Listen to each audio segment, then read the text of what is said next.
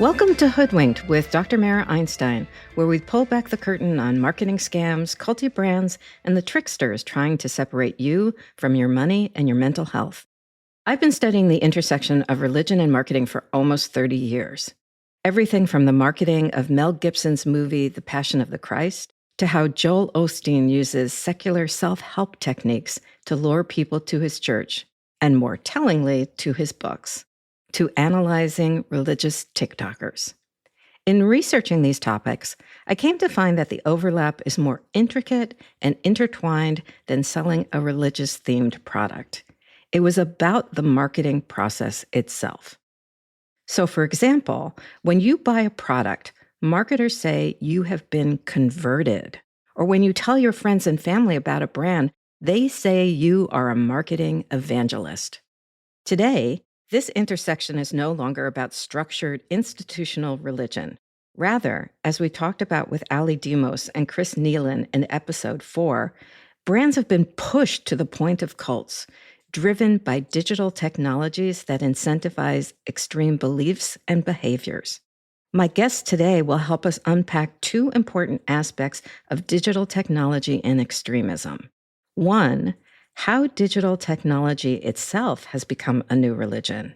And two, what are the incentives in the system fueling extremism, including how algorithms work to generate profit, the psychology of incels, and the fear of engaging in real life. Greg Epstein serves as a humanist chaplain at Harvard and MIT, supporting the ethical and communal lives of non-religious people. His book, Tech Agnostic, How Technology Became the World's Most Powerful Religion, explores how technology is changing what it means to be human, often in troubling ways. Jamie Cohen is an associate professor of media studies at Queens College CUNY. He is also a Salzburg Academy on Media and Global Change faculty fellow. Jamie is a digital culture expert, and his work focuses on internet literacies, memes, and visual media. His current project is Angry Boys Among Us, How the Manosphere Became Culture and What We Can Do About It. It's an exploration of the manufactured manosphere created by an interconnected network of online men's influencers and entertainers who subsist and profit by exploiting vulnerable young men's fears and anxieties. Our conversations explain why digital technology is the key component behind why cults have become pervasive and why their tactics are so easily executed.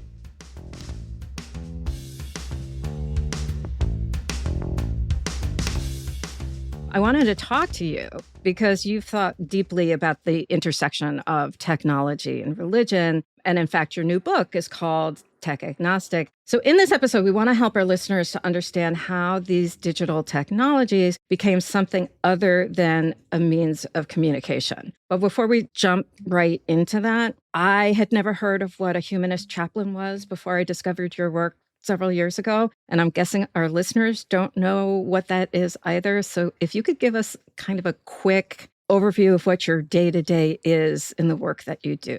Yeah, I mean, a chaplain is typically a religious advisor, has been for a few hundred years, where if people are in a place where they can't go to their normal congregation because they're in an army regiment or they're at the hospital or they're in a prison or they're at a university or college. Chaplains have been there. It was originally a Christian institution to help people connect with their religion, their faith, their values, even their community. In the 20th century, the profession began to diversify, first Jews and Christians, and then the institution of humanist chaplains to serve atheists, agnostics, the non-religious, and allies or fellow travelers. Earlier on the podcast, we had Katie Lofton from Yale to help us think through the difference between religion and a cult. And I want to focus on the religion part of that first. She described religion as a system of worship. How do you define religion? Religion is many things to many different kinds of people, and there's no one definition, I think, that fits all, that all scholars can agree on, that all practitioners can agree on. And, you know, the word itself comes from the Latin religio, to bind, that which binds us together. The idea that we have, religion departments in universities or religion, sections in the library and such. It's using a kind of Christian heuristic, a Christian yardstick to measure. So as one scholar, former professor of mine said to me for Tech Agnostic, his name is Robert Scharf, he said to me, look, religion, it's a term of art. It's talking about some key structures in our lives and in our society. It's talking about things that we identify in our beliefs, in our rituals, in our communities, in our sense of time, of our lifespan, from birth to death, around the year, where we turn in each of those areas of life to reflect on what is deepest about being human, what is most true, what gives us our existential meaning. The point is, like, what do we believe and why do we believe it? So your definition is obviously broader than Katie's is, and entails. Yeah. And I thought hers was really interesting, and I had never heard somebody sort of limited in that way. And it also allows you to think about worshiping a lot of different things, like in the instance of your book, right? Technology. So if it's just a system of worship, you could totally see where you would say that technology is the new religion. But given how you just defined this, how did you come to think about technology as a religion? I've always been fascinated by religion from a pretty non-religious perspective. Discovered the movement of humanism about 25 years ago. I was just fascinated to know that there was a not traditionally religious way of coming together to reflect on what is ethical, what is valuable in life, how do we find community, who do we want to be, and how do we want to live. And I decided to become clergy, trained professional leader within that movement. And then got interested in the idea of a congregation. I guess you could say that what I was doing was sort of like worship, but we were a congregation. We were meeting like almost every day in some form, the same way that churches have something going on almost every day, or synagogues or mosques or whatever. There were, thousands of people who consider themselves in some way members of what I was doing.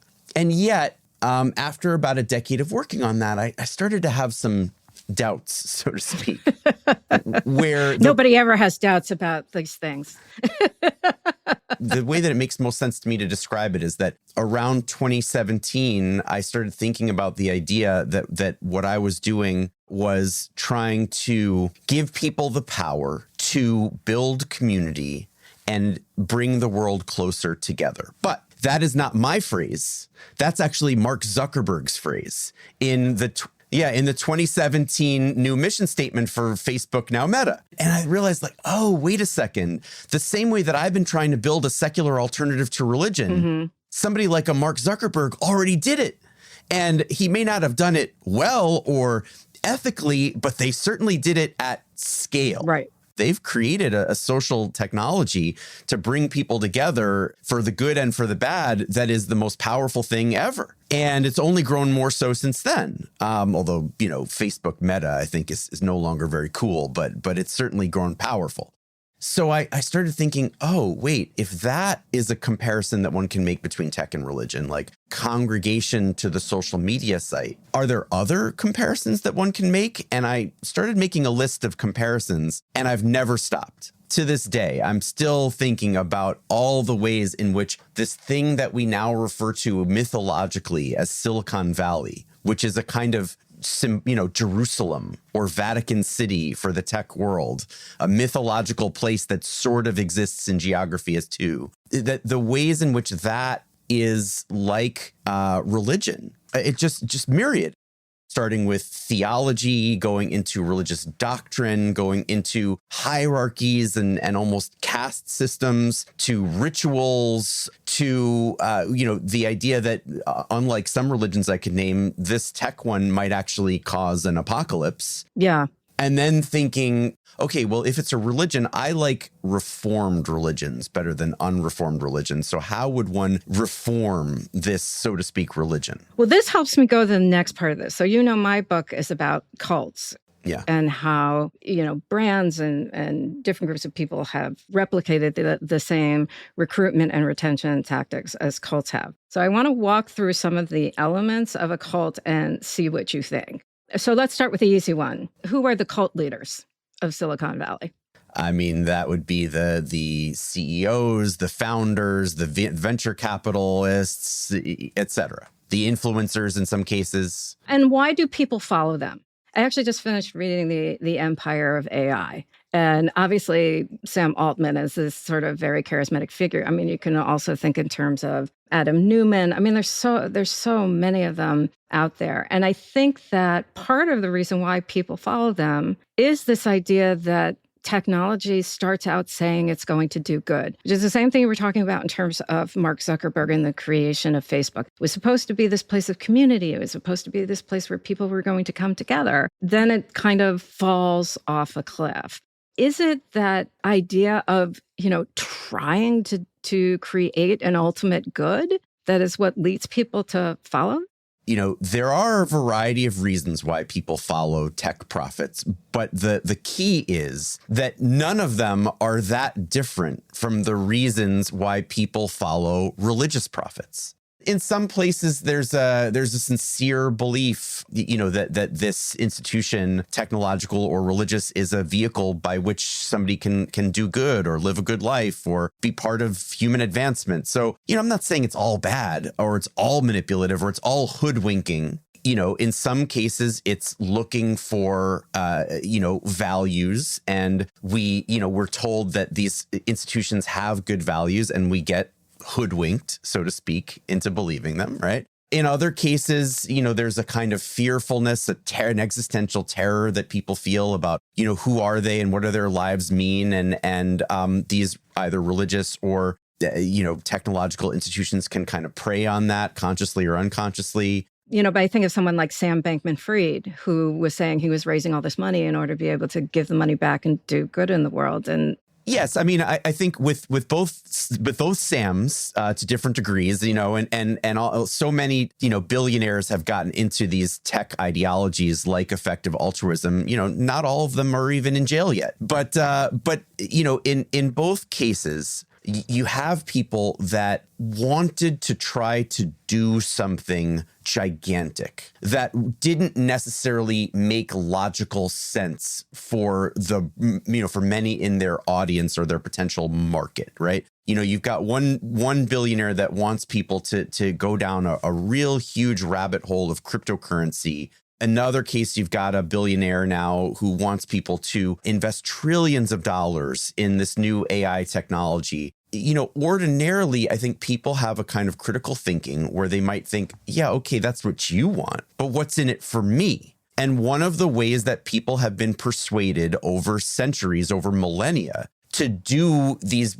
to take their little part in this big grand mission of some prophet is to be told that your small part is actually divinely willed and, basically takes us to the kingdom, whether of God or of AI God. And by the way, there are so many references to AI God in AI discourse that at one point I actually had to pay the publisher of a guy named Max Tegmark, an AI philosopher at MIT. I paid his publisher to reprint a chart from his book, Life 3.0, that asks not whether we should build an AI God, but the chart is just perfect because it asks, which type of AI God should we build? Oh my God. This is so funny because this goes right to the next question I was going to ask you. And I don't have to ask it because you answered it. It's like, what is the overarching worldview that's answering all of life's questions for these people? And the answer is what we're doing is serving some kind of God, and you can call it an AI God, you can call it some kind of, doing better in the world embodied in God, period. Yeah, I mean, it's a great question. I would caution, of course, against looking for one overarching worldview in what I'll call the tech religion, right? Because again, is there one overarching worldview in quote unquote religion? No, not really. There are a variety of worldviews. Some are much better and healthier than others. And the same is true in tech. Like, I'm not saying that every tech company is evil and, they're all out to get us and hoodwink us, right? But I do think that there are a number of those. And there are a number of individual leaders within tech companies like that. The idea here is to say, how do we put pressure on the institution, whether a traditional religion or a tech religion, to reform itself, to be more self-critical, to be more humble, to be, to admit that that many of its members have done wrong and that can't be tolerated. And there really needs to be more of a reformist tradition within the tech world. It's already started, but it needs to be supercharged. What I keep thinking of in terms of tech, and it just feels, especially now with AI, that it feels like they haven't learned anything. It's still this move fast and break things kind of mentality. And the idea, especially with AI, that technology is the answer to all problems, right? If we build AI, and it doesn't matter if we ruin the environment in the meantime, because AI is so smart with scare quotes, that it will fix whatever environmental problem we create. And it's that kind of mentality that concerns me. Of course. And the thing is, like, people are usually pretty good at sniffing out a liar. The problem is that some of these tech billionaires, almost like a Donald Trump himself, have a way of, in a certain sense, they're not lying. And the sense is, when they tell us, I alone can fix it, or my technology or our technology alone can fix it, it's true for them. Right. In the sense that for them, their technology really is bringing about an amazing world, right? Imagine being a billionaire, having $100 billion, $200 billion. So Mark Zuckerberg's technology really has made Mark Zuckerberg's life extraordinary. Mm. They've just forgotten that, we might want it to be true for us too. And it's not to the same degree. If the result of their behavior is to drive inequality, to make it more difficult to have democracy, to make it more difficult to have a peaceful society, a non-surveilled society, it doesn't matter whether they're sincere or not. They need to be stopped. Their course needs to be corrected. And that's where we're at. It's unquestionably true that tech world is making democracy more difficult. No, it's so funny you say that, because what it made me think of is multi-level marketing. Mm-hmm. Because what happens within multi-level marketing is the people at the top make money, and even sort of the second layer of people make money. But they think everybody else below them is doing really well too, and they don't realize that they're not. Pulling this out just a little bit more, these companies didn't start out this way. They didn't start out to do evil. Something like Google said they would never run ads, and Facebook was all about creating community. And OpenAI was started as a nonprofit because they were supposed to do good works, until all of a sudden they weren't. There's another aspect of cults, is to lure people with deception, and whether they thought they would ultimately change directions in terms of how their companies would go or not, we don't know, because we can't read the minds. But they're always talking in terms of what we were talking about before, which is that, we're good people and we want to save the world. So you interview people in your book who work in Silicon Valley. So how do they feel about working there?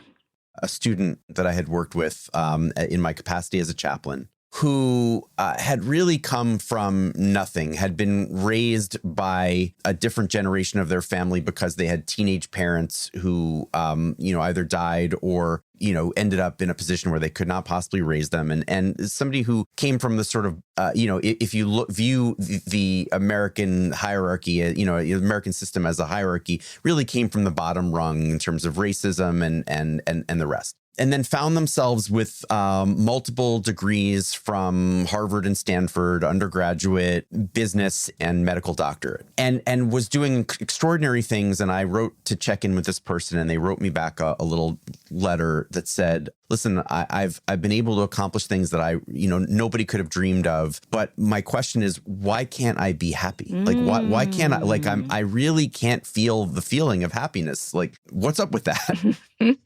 There's a sort of pattern here that I think is very typical of a lot of Silicon Valley. And I called it The Drama of the Gifted Technologist, after a book called The Drama of the Gifted Child by a psychologist. Her name is Alice Miller. And her main insight was that a lot of people have sort of good families, loving homes, but they're taught implicitly by their parents or their caretakers from an early age. They're loved, but they're loved in large part for the things that they do that make them exceptional. So that what they're loved for is not necessarily like just being a human.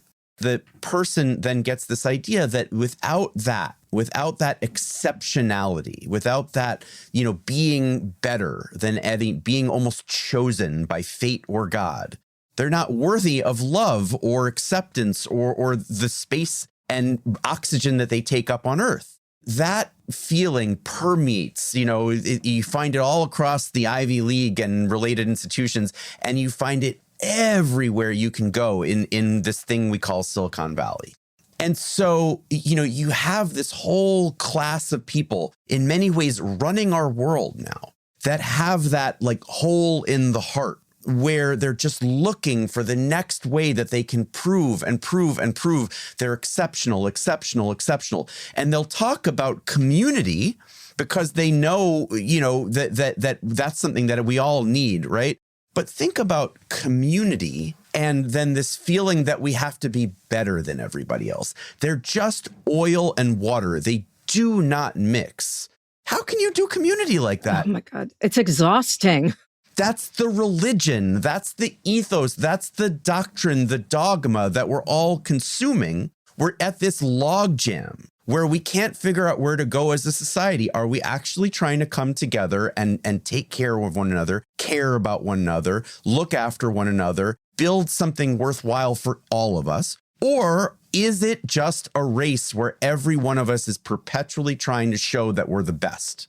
You can't go in both directions. And right now, I think we know which direction is winning. So social media was created by co-opting the language of gathering, right? Community, friends, sharing. And it didn't come with instructions. This is something I talk about a lot about in terms of Facebook, right? Is they give instructions to the advertisers, but they don't give instructions to the users because the expectation was this idea of the chameleon effect. But the expectation also was that, people would follow who was on there. If you've never been there before, it's like, going into a sandbox. Mm-hmm. You see what all the other kids are doing, then you decide, oh, this is the way I play in the sandbox. Well, that was the expectation on these platforms too. Of course, not everybody ended up being these massive presenters, and only about 1% of people actually post in very large ways anyway. But it was supposed to be a place where people found community, which is what we were talking about way at the beginning.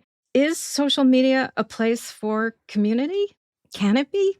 But also, to some degree, yes. The idea is there's nothing inherently wrong with going onto a website to share something about your life and to learn something about other people's lives. That in itself is not any kind of sin or thing that needs to be abolished. The problem is that the only ways we really have to go about that in any kind of scale at this point in human history, the idea that we're gonna do so in such a way that's going to enrich or not enrich the person founding the website such that they then will be living out this myth of the gifted technologist.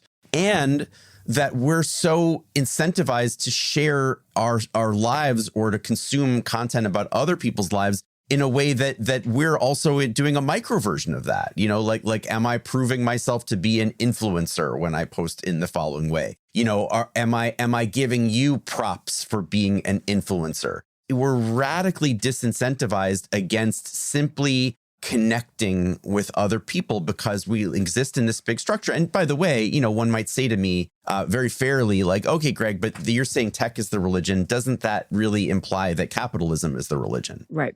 And I'd say, yeah, of course. I come sort of to the same conclusion that you do, except I specifically talk about social media being the cult. Because we ultimately sort of crumble to this. We constantly, when we talk about cults do two things. They want our money and they want our free labor. And if you want to talk about a place where free labor exists, it certainly is in social media spaces. But to that point, there is this idea now of posting zero. People feel like they can't compete. Some of this is happening certainly on TikTok, where it's becoming a bit more professionalized in terms of the videos that appear there. It used to be a space where you could be a little bit dirty, a little bit grungy, just throw your stuff up there and everything would be fine. If people do leave social media, where do you think they're going to find community? The short answer is we've got to just get together and talk to one another more.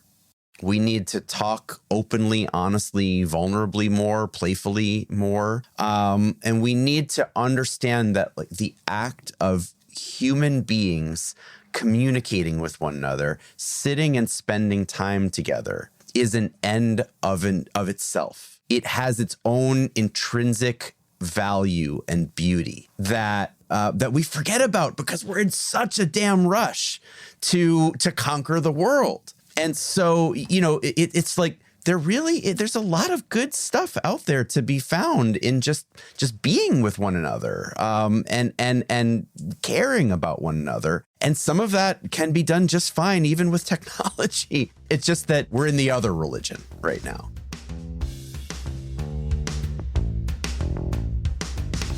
My conversation with Greg laid out how social media has become the default space for community. Importantly, these communal spaces have not been created by leaders concerned with the well-being of their members. Rather, Silicon Valley has become the new holy land run by false idols chasing false dreams, what Greg called the drama of the gifted technologist. These sad souls are the ones who turn digital technology into a new religion, and a fairly unfulfilling one at that. What sustains that religion is our daily agreement to engage with it. We've bought into the religion, but with little thought of the consequences for doing so. We have been led to online communities by the unseen hands of the algorithm, whose singular goal is profit, not your salvation. Let's turn to our conversation with Jamie Cohen, who helps us navigate how we find ourselves in this technological cult. Today, I am so excited to have Jamie Cohen with me on Hoodwinked. This is the guy that I go to when I don't understand what's going on in the digital space. And while he and I have sort of similar backgrounds in terms of both having worked in television, both having worked in advertising, he went into some of the dark corners of the web where I'm afraid to go. And I went into the nasty world of advertising and marketing. I want to start like a really brass tacks because I think everybody has this idea, like they've heard of algorithms, they know it, they think they know what they are and what they do and all of that kind of things. But I want to kind of explain it as if you were explaining it to our students. But even before we get to that, can you talk about the ways that digital technology has changed the way that marketers buy advertising? Like what's different now in the digital space as to like way back when in the good old days of television? Absolutely. Well, yeah, first, thank you for having me. Yeah, I'm excited to be here and always excited to talk about this topic because A, I teach it, and B, it's important for everybody to learn about. I always tell students, like, it's not just about becoming skeptical, it's about becoming a better consumer, so that's important. I guess to start off, to answer your big question about like how things have changed, the biggest thing is microdata. Not like the macro data of Severance, microdata of tiny minutia of human behavior in a two-dimensional space. And I mean that because it's screen-based. It means that how you interact with media content, products, everything that exists on a screen can be turned into a quantization apparatus of some sort. Huge spreadsheets that are bigger than any one human can handle. But machines can parse and basically create miniature demographics and then even micro demographics and then even like more narrow demographics from that. And so advertising in the past would be like, well, if you watch this show, like an advertiser might show up at the upfronts and be like, well, our demographic for this show might seem like they're soap buyers. And they know that the majority, meaning maybe just over 50%, will be most interested in that type of ad. Now the data is so good that they could almost guarantee like a higher percentage of return on investment. It's not like 51%. They're looking at like 80, 90% on that return on investment because the data is so precision based. And I mean microdata in terms of like time spent on a video versus how much you spend on a screen without scrolling. They could see when you're on Facebook and you're scrolling down, you stop on someone's post,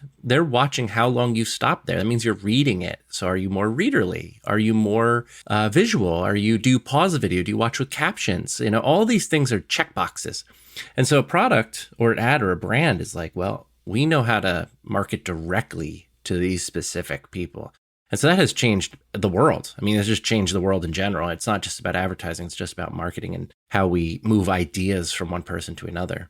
But when you say 80% ROI, and some of the people on here are not listening to us, are not going to be marketers. They're, people who engage with social media or digital technologies in various and sundry ways. When we were talking in the old days of television, it would be somebody would put a commercial on to one of the 3 broadcast networks. Maybe a woman is watching a soap opera in the middle of the afternoon. And so they would see an ad for, depression medication. Now, it's not because they know that this woman is depressed. It's just an assumption that the advertiser is making based on the fact that as a woman, she's home alone, maybe she's home with kids, can get on a woman's nerves, right? And so maybe this is something that she would be interested in. And I'm saying she because we're talking about gender times 40 or 50 years ago. So let's start with that. So the return on investment, back then, people are spending thousands and thousands and thousands and thousands of dollars in hopes that a couple of people are going to go buy that product, who are then going to tell their friends, who are then going to tell their friends. And the whole idea of word of mouth marketing, just like the neighbor talking over the fence would tell their neighbor to go buy something. Now, that would take a lot, that would take a lot of people to buy a lot of stuff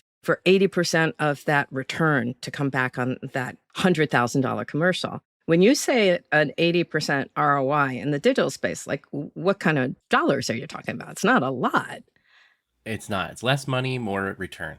Everything's micro. What they're hoping for, and first off, it's funny, like the fence, the person on the side of the fence being like an influencer of sorts, like it's that person like leaning over and just being like, this is what you should buy. It's like, wow, you should monetize it. Today, it's more along the lines of the hope of moving past the buyer's remorse or cart remorse. Like what they're hoping for is that you're making more impulse purchasing than you are doing like thoughtful purchasing. Somebody at home watching or consuming media has to actually physically go and buy it in the past. They'd have to go, they'd have to get there. And by the time that happened, the purchase may or may not have petered out to the way it keeps in your head. Now it's like this intense, constant advertising that maybe one per day, if they're lucky, gets somebody to buy it without even thinking about it. Just that buy now, it happens before they think about it. It's an impulse control thing. But on that scale, you spell 100,000 tiny little things, you might make the same amount of money as one big thing. In many ways, it's almost like the scale has tilted, but it hasn't changed monetarily as much. I don't foresee as much major returns because it's probably resource intensive too. I always tell my students when they're seeing some sort of ad, everybody's seeing a variation of that or a variation of an influencer seeing that. So it's not like it's one commercial for an entire demographic. It's like many variations of commercials for many demographics. And so it is intensive. And obviously AI speeds this up or algorithms speed it up. Depression ads now are on Hulu. That's where those live now. And maybe that's an assumption based on what you're doing when you're watching any X programming, not X of thing, but X, that's whatever that content is on that channel. Maybe your mindset is like, well, just reminded me I need to feel better about something. And maybe that works. But I know online when you're doing what I call thumb-based media, where the remote television and the remote are the exact same thing. So you could flick past it very rapidly. You have to be able to capture people in that thumb-based media atmosphere. Okay, but how much do they really know about us? That's the question everybody wants to know. Mm-hmm. Do they know what my ailments are? Do they know my age? Do I know what I weigh? Do they know that I'm married? Do they know how many kids? What do they know about me? And how important is it for them to know that about me in order to be able to sell something to me? Yeah, they know a fair amount. Do they know specifically? Of course not. We're able to hold our identities in these very, very interesting ways. It's whatever you believe in, you're believing in 100 things simultaneously. But they do know data. So they do know your age. They do know what your relationship status is. They do know who you would interact with. And that's because we're giving it to them. We're constantly offering them this data. But it isn't just us. It's our connective tissue. It's who we're speaking to. It's when you get an ad, it's not because of your data. It's because of your connective data. Everybody you've spoken to in the last week, everyone you've DM'd, every like on a post, every type of thing that those audience members did. And this is where that term algorithm comes in, because this data becomes too big to assume anything. It has to be basically shuffled into buckets, which are then redemographic. First is precisely about you, and then it's less about you. It's more about like, well, you represent the specific type of person that is going to interact with this. So it's like a middle-aged person who is looking to buy camping gear or something. It's like there's just, and in the end, it really waters it down anyway, because they can't be too precise or creeps you out. So in doing that, doesn't that also start to separate us into belief systems and groups of people who have certain belief systems? Mm-hmm. Can you explain how algorithms do that? I mean, this is why I continually write about the media literacies of algorithms, because this is probably the least most understood part of algorithms itself. So to explain this to someone who really only hears the term, which is a consistent term now. I mean, when you're an influencer, when you're online, when you're doing anything where you have to work with feeds, you're constantly thinking or hearing the term algorithm. And so you have to creatively misuse the algorithm or work around the algorithm or trick the algorithm or blah, blah, blah. But an algorithm, the best way I explain it is it's a recipe. If you were to make a dinner, that's the easiest way to explain it. And the way I explain it is two parts. One, a recipe, let's use the product Blue Apron for an example. So Blue Apron is this box, right? It's a box that shows up at your house. Inside the box are 3 meals and 3 recipe cards. Inside those meals are bags full of ingredients. So it could be like chicken, bok choy, rice, pasta, it's like all these different things. And these 3 recipe cards are your algorithm. And what an algorithm really is a set of instructions to predict a future outcome. That's it. It's very simple. And the set of instructions, in this case, is the recipe card. In theory, all of these ingredients will become dinner. That's it. That's your future. It has predicted a future. Now, it's up to you to inhabit that future. Can you mess with the algorithm? Sure. You don't have to read the cards at all. You could be creative and make a different dinner. You can throw all the food out. You can give the food away. There's other ways than having the future be predicted for you. But if you're going to be using it as a future predictor, all you have to do is read this card and your future is predetermined. So there is a beginning and an outcome. That's the prediction model. So that prediction model then is something that like most people, when they're working with an algorithm around it don't understand that that's a manipulation of your reality. This is where belief kind of comes into it, which is that not to call us soft or immediately captured by the algorithm. I think in most cases, people have outsourced a lot of their mindset to the algorithm where they're like, okay, well, this has done the hard work for me. I don't have to go look it up. I don't have to do this. The algorithm has already predetermined this outcome. And all I have to do is slowly inhabit that because that's kind of what it intended anyway. And it makes me happy. It's both convenient, pleasing. I mean, in the term, if we go back to the recipe example, it's you're fulfilled, your hunger is fulfilled, and you made a meal that was substantially easier to make than something where you had to go look it up and find the ingredients. And so I always like to look at it that way. Like the internet is a pre-boxed solution of outcomes. And so when you think about how that enters our places of belief, again, this is not to place this onto people in general, but like when we're looking at beliefs in general, it is a predetermined outcome of your future. Like, I know I'm going to go attend church on Sunday. That's my algorithm. If that's my algorithm, that means I'm already at church right now on Sunday. The way that time operates is a little interesting because it's predetermined that outcome. Now, can I not go? Sure.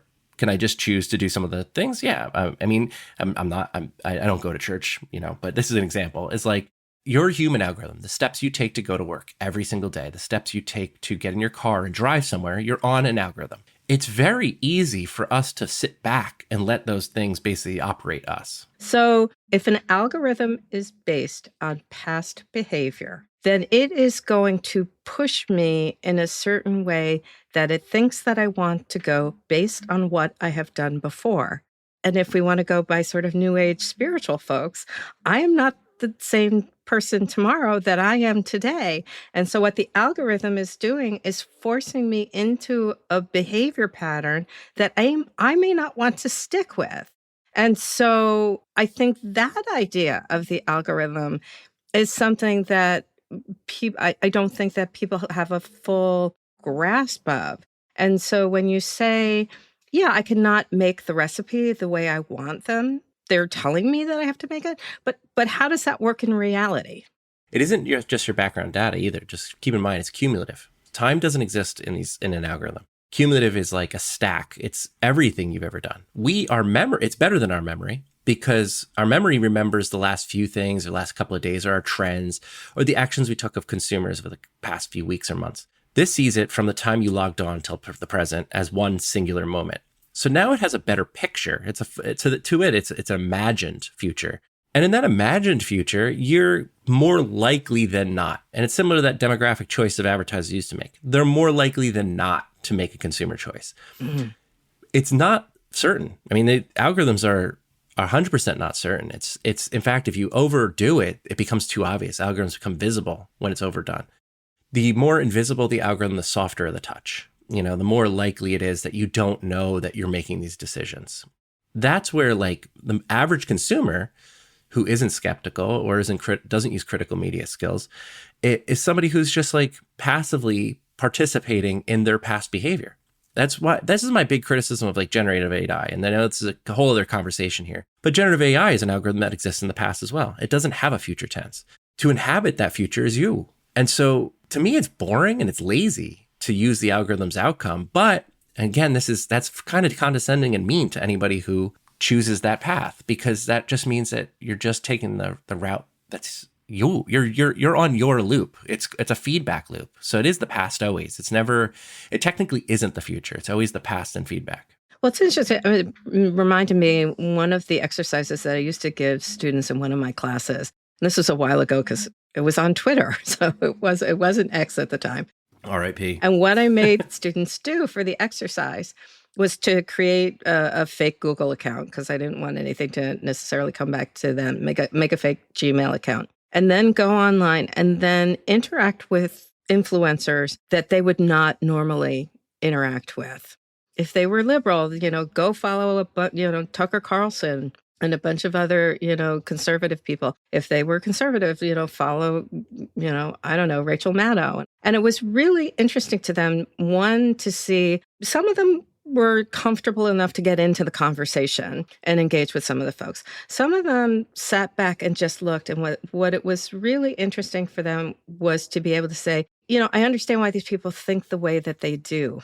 And I understand why, and not wrong and not condescending, not in any way. It's like, look, I get it. I understand why they're arguing the way that they're arguing. And I think that what we're starting to see now with the way that the algorithms are working is that we're so limited in our opportunities to engage with people who don't agree with us. And when we do happen to come across with them, everybody starts dumping on everybody else.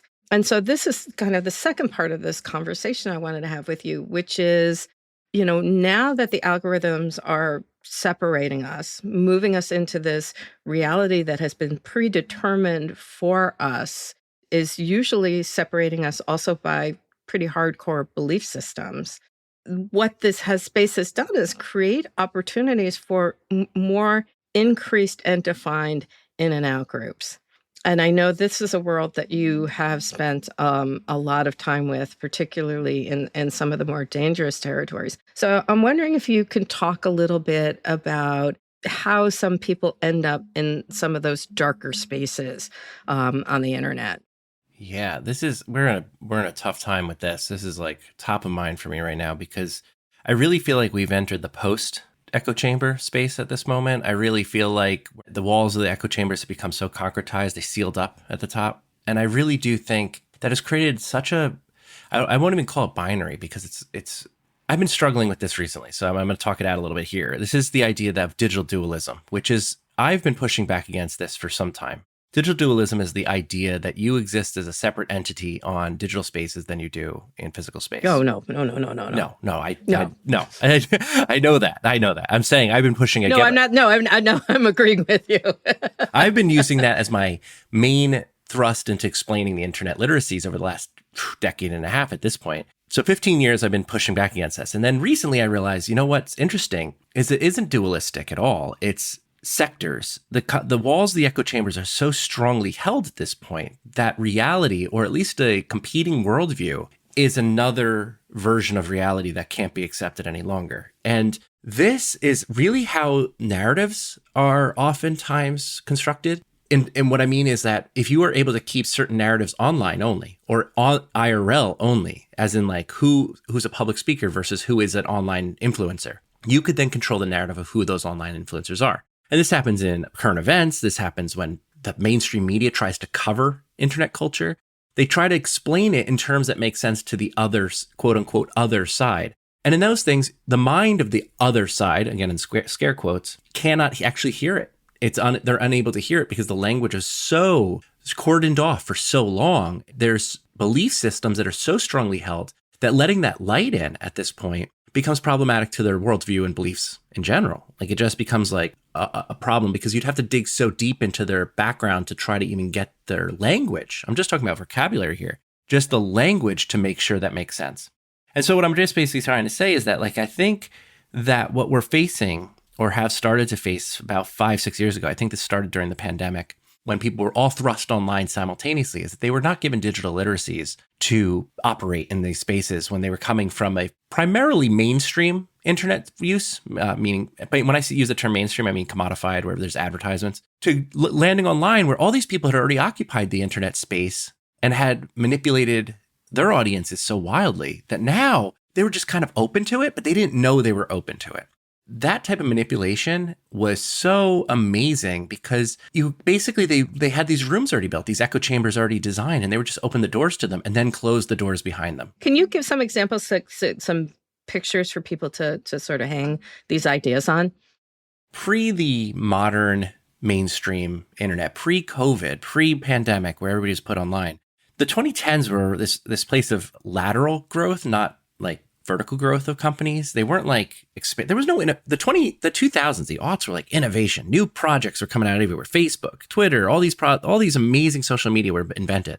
And the 2010s were really their expansion time. But in that expansion time was kind of this amazing thing because the first generation of internet users were growing up. Like, millennials were basically growing up, and as they were aging, they were learning how to use the internet better. Now, as the new generation, Gen Z, was coming of age, they were basically inhabiting the millennial space. Like, they were inhabiting a completely predefined environment. And so they had to make their own. They had to kind of develop their own culture. And inside of that culture, spaces like Tumblr played a huge role because each site's terms of service and algorithms are so different than each other that the content moderations and their latitudes of acceptance. So like Vimeo and YouTube are both video sites, but Vimeo allows artistic nudity and YouTube allows none. On Tumblr, you could express queer identity and be welcomed and inclusive, whereas like places like Twitter acted reactionary to that. You know, like they almost wanted to fight you for it.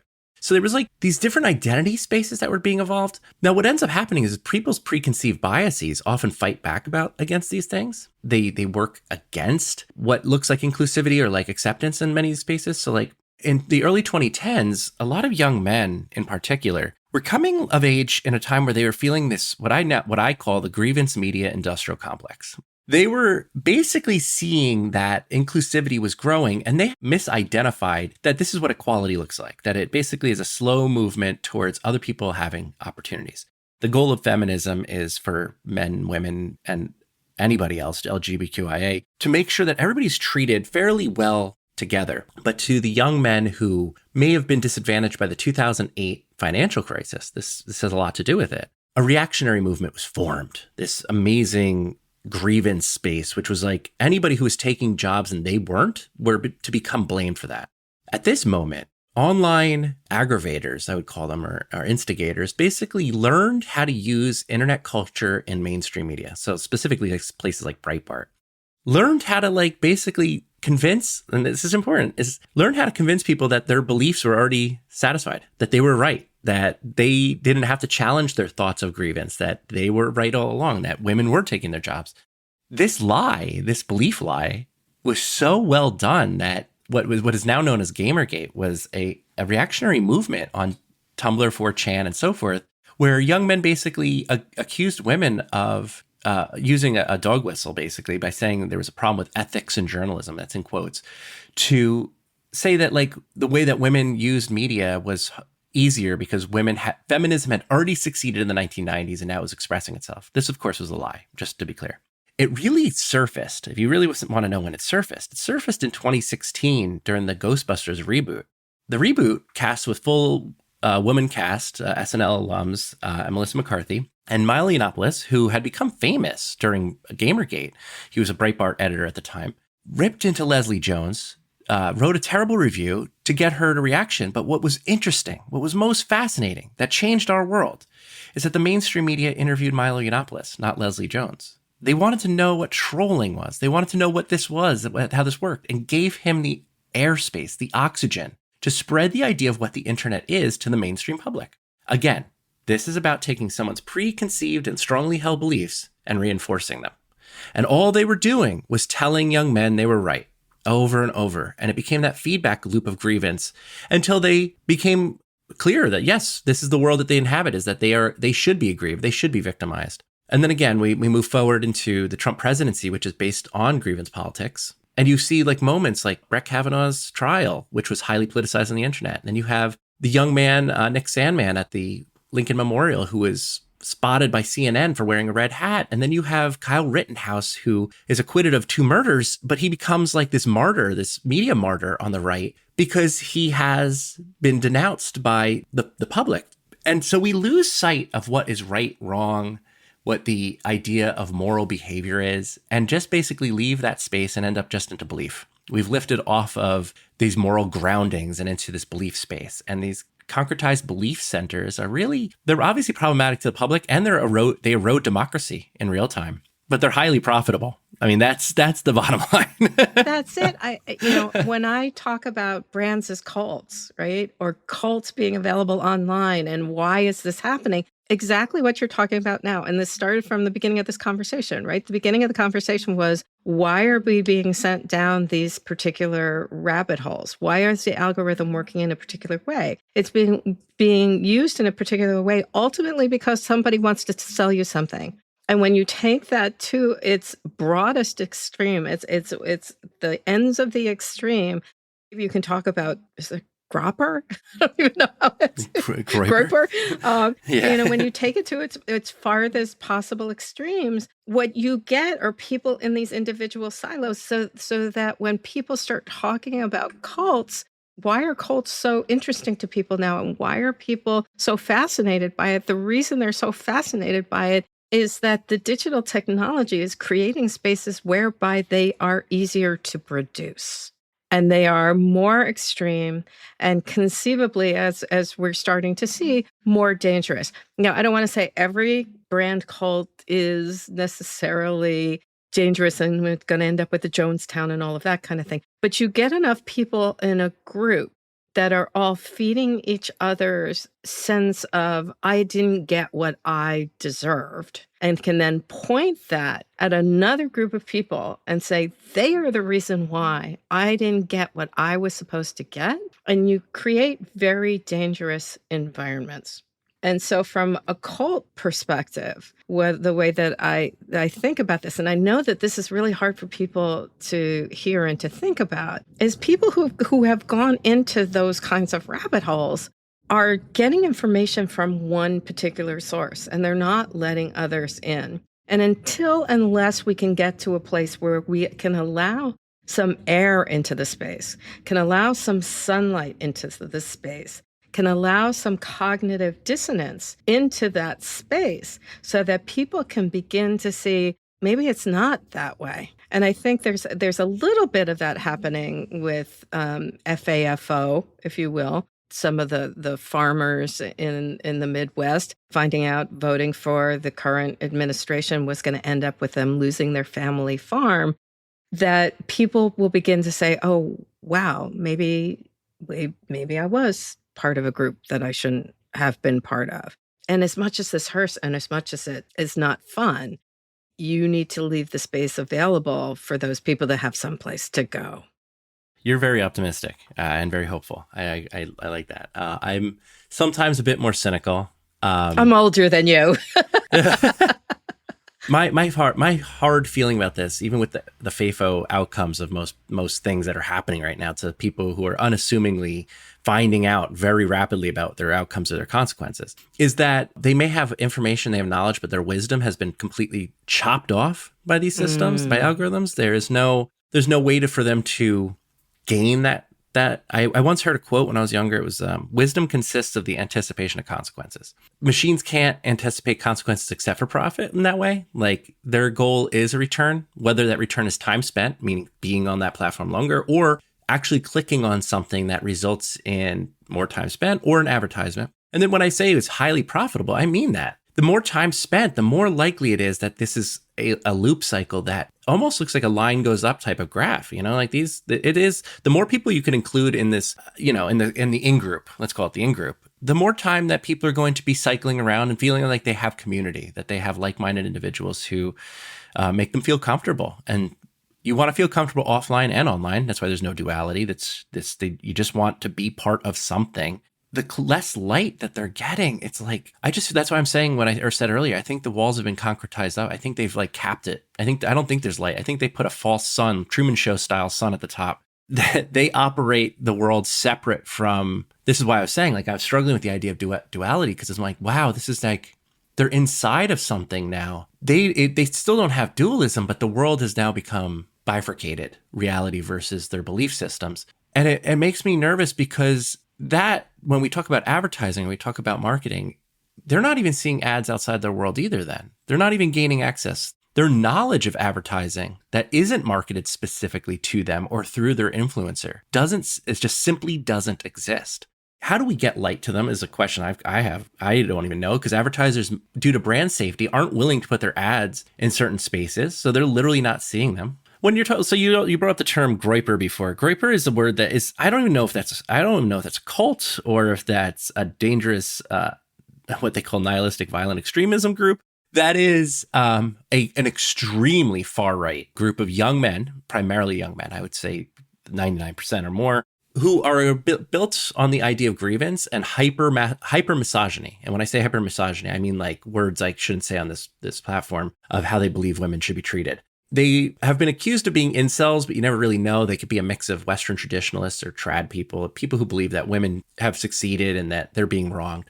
As a cult or in-group, their market that they interact with are just themselves. Like, so they're only interacting with like self-care products. They're interacting with supplements. They're interacting with... So it's like Alex Jones stuff. He does virality pills or... Yes. Almost all of it. If you go to any of their channels, if you go watch what they watch, and I'm going to pick just slightly on Ben Shapiro here. He's not a groiper. In fact, I don't think he likes them, or they don't like him. But if you watch even his primary advertisers are supplements, like supplement advertising. And so it really is like, I always think of it as like, it's grooming, both in like the sense of like they're being groomed and grooming, so they are, so they are being groomed from multiple layers, but it's also like, look at it from their perspective. From their perspective, they're being told things that Jordan Peterson would tell them. Self-care helps you become a better person in the world. The company Duke, which is a soap brand, markets their products in Lowe's and tries to get them into places where boys only will interact with them, because they're basically saying hygiene is important. And this is the year 2025. They were trying to figure out how to sell soap to men in 1900. They're still trying to figure out how to sell hygiene products to young men, because the primary consumer of those is women. If I were a marketer, I'd be aiming for those target audiences as well, because that's where they are. And so it's these decisions that are made when you see an in-group. It almost like seems like a help to a bigger algorithm when you think of it, because you're like, oh, we don't have to choose this demographic. They chose themselves, which is scary to me, because I don't know how to talk to them. They develop their own language completely, so obscure. Like even the term groiper, the words are made so specifically so the mainstream can't speak about it. So if cleanliness and looking good is important, who are they trying to look good for, right? I mean, I got to think, they're misogynistic. My guess is also they're homophobic, but ultimately they want to be with a woman, and so they want to look good. The circular thinking in this is just kind of mind-boggling, and that's also why I'm sure the mainstream press has such a problem with it, because it's like it doesn't make sense. It seems like a paradox, but the answer is actually very strange. It's stranger than you think. They're not as interested. How do I explain this that makes sense? But they're not as interested in women because they already feel like it's not going to work out. So what they're actually interested in is the performance of self. That's what they're interested in. The internet's base language, the internet content, its base language is DIY. It's reaction videos and viral. When I say DIY, process videos have worked the best on the internet since the mid-1990s. When you go online, you want to see a process video. When I ask my students, how many of you have solved a problem via YouTube? That's where you go. 100%. 100% of them. And that's because they're watching process videos. How do I change a tire? How do I change my oil? How do I do X, Y, or Z? The process video is made. Process videos are also human bodies, which young men, when they go online and they want to improve themselves, they can actually see their body improve. Working out, taking supplements, all these things are actually part of the language they're thinking. They're thinking in content. They're thinking in presentation of self. They're not thinking as like, I need this to get a woman. Because I'm going to be clear here, and this is going to sound slightly controversial, but it is not. They can be in a relationship. They can. It's a very possible. It isn't about whatever they think it is. It's just they have a preconceived notion of who they want in their relationship. And because they cannot get that specific archetype, they believe themselves to be wrong. And that is the reinforcement model that a lot of these young men fall into, is that they're being told, well, you can't get them without X, Y, or Z, another process. Keep doing the process. This cultish behavior is process. Then that also ties into someone like Andrew Tate, who then sells them this whole package to say, if you do all of this stuff, then you can do everything that I can, which we all know is BS because it's just the whole out of the MLM thing, the coaches coaching coaches, and he's not even coaching anybody in all of this stuff. But it's really interesting in you explaining all this. It comes back to the basics of people want acceptance. People want to feel like other people will accept them, and they want to be part of a community.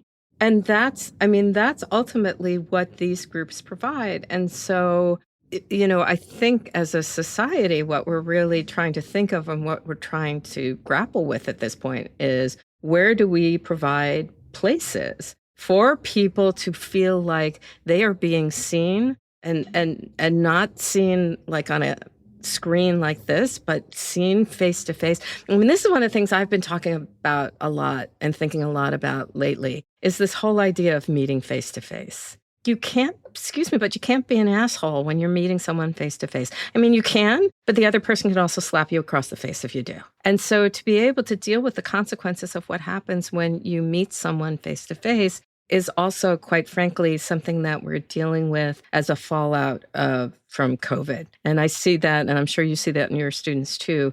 And some of my students, if I put them together in a group, and the first thing they do is they pull out their phones and their computers. And I'm like, no, close your computers. You're sitting in front of people. Have a conversation, please. And they do by the end of the semester. They kind of get it. But yeah, I think we're still dealing with a fallout about that. I had a really good conversation with some of my Gen Z students about that particularly. IRL is frightening to them, but it also isn't just because of the social norms and behaviors that we've all become accustomed to. But it is, you're right, the latent trauma from the pandemic era online period they weren't deprogrammed from it. They didn't get any trauma relief. So they just sort of were like, you're back now. Yes. I found they have this very overwhelming fear of cringe culture, is what they call it. They're so hyper aware of being observed, of being viewed, that their teenage years never ended. You know how when like teenagers want to be seen, but they don't want to be seen, but now they're aware that they could end up on Ben Shapiro's channel in a reaction video. Yeah. Now they're aware that they could be recorded. That surveillance capitalism, now I would call it just surveillance culture, has basically become their norm. They are okay in real life, but you have to give them permission. You have to physically give them permission. You have to say, you have permission to be weird in this class. It's like because being weird is being human. Being awkward is what matters. And your point is so important. We have to be open in community to others, no matter what they've done in their algorithmic past. They need to know they can migrate from one space to another. They have to feel that way. If they can't, they won't even take the risk to leave. The risk is more frightening than the reality. Yeah, I love that you're saying that, because I get that sense from my students too. And I also have always thought about it in terms of, when we were growing up, like if there was a party going on, there wasn't 12 girls talking about it on Facebook that I wasn't invited to. So that, like, if I didn't get invited, I didn't know. So it wasn't anything that even entered into my consciousness. Our students have grown up with that, and all people listening to this have grown up with that. But also just the constant online, assault is the only word I can use for it, of information and disinformation and negativity, for lack of another term, but get to new agey side. Your being can't be bombarded with that stuff on an ongoing basis like that and not begin to feel the consequences of that happening to you. I just don't see it not happening. Yeah, it's unsustainable and exhausting. Generative AI is also scary when it comes to this, because generative AI is an algorithmic outcome. It synthesizes from its data set, and the data set only contains what it contains. So for everything we've been speaking about so far means that if some people aren't participating by creating media, or some types of news information aren't being reported as an omission, complicity by omission, what's not reported becomes the reality for the future. And so I get really nervous about algorithmic realities, because I get nervous by what's not being covered by the mainstream media, by what's not being said, but what words aren't being said. I think I'm moving on towards what I call a media literacy of absence, because I really do think that what isn't there, and this is like in my advertising class, I asked the question, who's left out? That's an entry primer. But when you're talking about like reality building structures, like AI, because that's next, that's after social media, those in-groups become reality. Yeah. I think that's a real call. That's a real call for people who are sitting back now and saying, I'm afraid I can't talk about stuff. I mean, that argues for anybody who has anything to say that is pushing back against what is going on that is destroying our democracy right now. I'm looking at you, Disney, Paramount. Yeah, the big ones. Yep. Dare we keep going on. Right. And it is, you and I have worked for those companies. So it's like, to watch them, fall so easily is just, is aggravating. And heartbreaking, but yeah. Truly. Yeah. As a professor and a scholar and a thought leader in this area, and I don't say that jokingly, I say that with all the love in my heart. I love when I have academics on here to give listeners either a particular concept or a theory that you want them to walk away with, that you think will help them to frame what we have been talking about today. My takeaways that I do usually end my talks with, and I've been ending my talks with a very similar takeaway since 2017.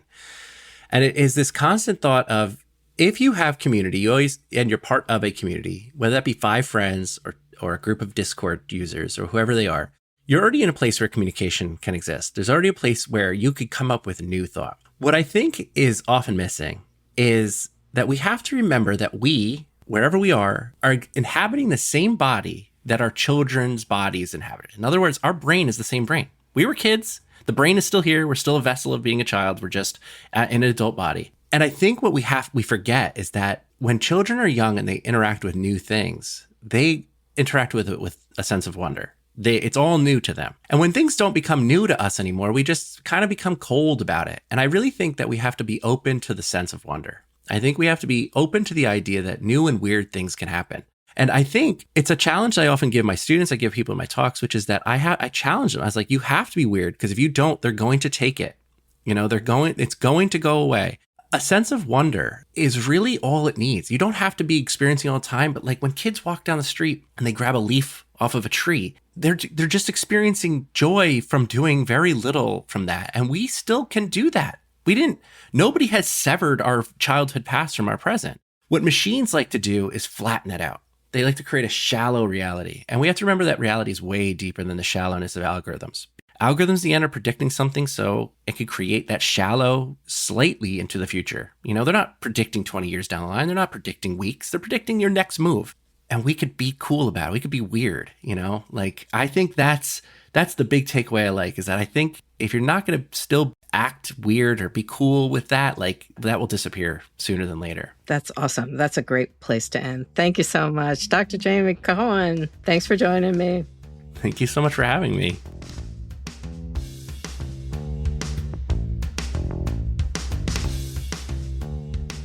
When we engage with social media, it is easy to forget about the man behind the curtain who is manipulating what we see and who we interact with. We don't think about how algorithms push us to extreme beliefs, or that keeping us connected to technology is all in the service of profit, not in the service of providing verified information or connecting you to a community. And because we spend so much of our day online, have we made technology into a new religion, as Greg said? And with that, have we so abdicated our autonomy that we will come to inhabit the predicted future an algorithm determined for us, as Jamie suggests? Let me know what you think. Send me an email through my website, drmaraeinstein.com. I know you guys are out there listening to this and you keep telling me how much you like Hoodwinked with Dr. Mara Einstein. You can do me a huge favor and go to Apple Podcast and rate and review so other people can find the show too. Subscribe to Hoodwinked with Dr. Mara Einstein on your favorite podcast app for new episodes every other Tuesday.